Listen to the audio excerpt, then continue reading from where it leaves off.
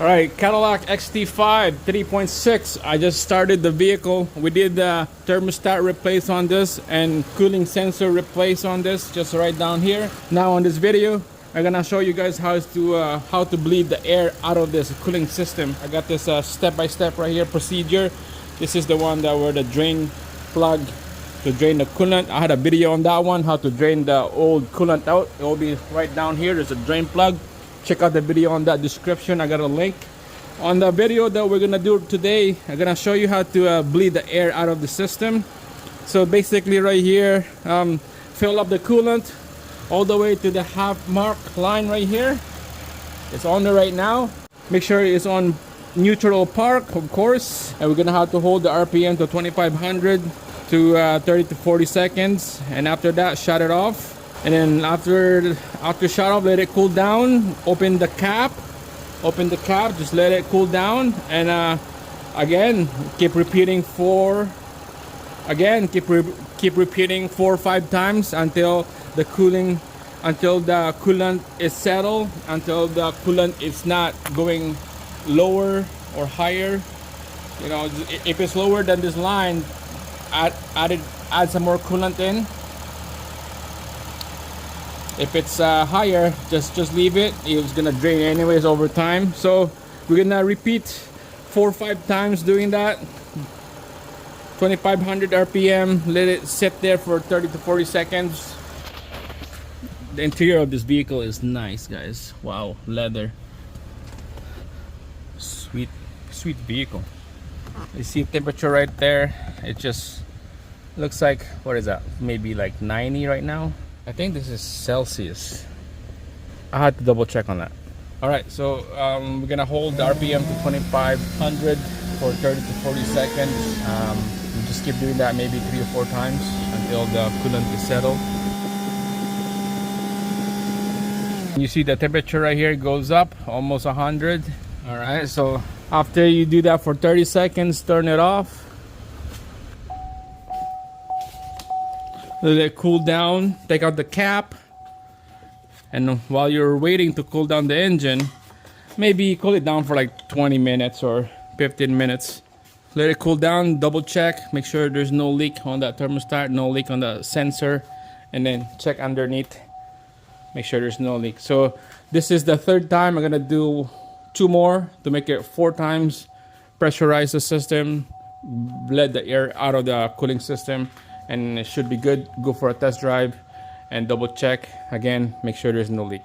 All right guys, so I did all the 4 cycle, all bleeding the air out of this cooling system. It looks like it's stable, everything is clean, no bubbles on the coolant. It's always on the same level right here. So just double check everything is nice and tight. Okay, the upper rad hose is hot, lower rad hose is hot as well.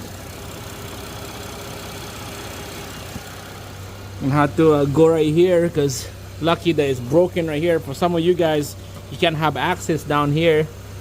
Yeah, okay, it's nice and warm, the lower rad hose. You're gonna have to go underneath right here to access the lower rad hose. We're gonna go for a test drive. Make sure it's run smooth. Make sure check underneath, no dripping coolant anywhere. Check your level, check your gauge. There's our gauge right here. It's nice and toasty in here. Holy cow, this is crazy. You got high and cool on the passenger side. This is dual zone, so only I care is on this side is warm. There's a sensor temperature right there, 91 Celsius, and this is 100. So there you go. It looks like it's fixed, guys. Toasty hot inside, no leak on the engine. Let's double check here. You can see nothing there. Here's a sensor right there. It's nice and dry in there, no steam coming out. So this is good, this is a fix. So it's gonna be an off camera. I'm gonna go for a quick drive here, and then if there's another video, means that it's gonna be a problem. So this is it. This is the last part number 2.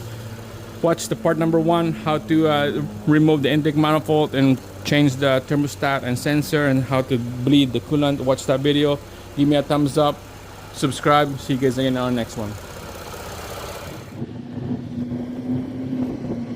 Alright guys, I've been driving for about 5 to 8 minutes now. It's pretty toasty in here. The temperature outside is 20 Celsius, and I cranked this up to 29 Celsius on heat, so it's pretty toasty in here. You see our engine coolant temperature is 93 Celsius right there, 93 Celsius. So it's pretty good. And the gauge in here on our dash, it's in the middle. It's 100. That's probably a Celsius for sure. A Celsius, 100. It's 100 right there. This is my gauge right here is 93. So close enough. I'm gonna let Jenny know that it's done. Her vehicle is done. She'll come down and pick this up. She'll be a happy customer, that she would have no more engine lights and no more coolant problem.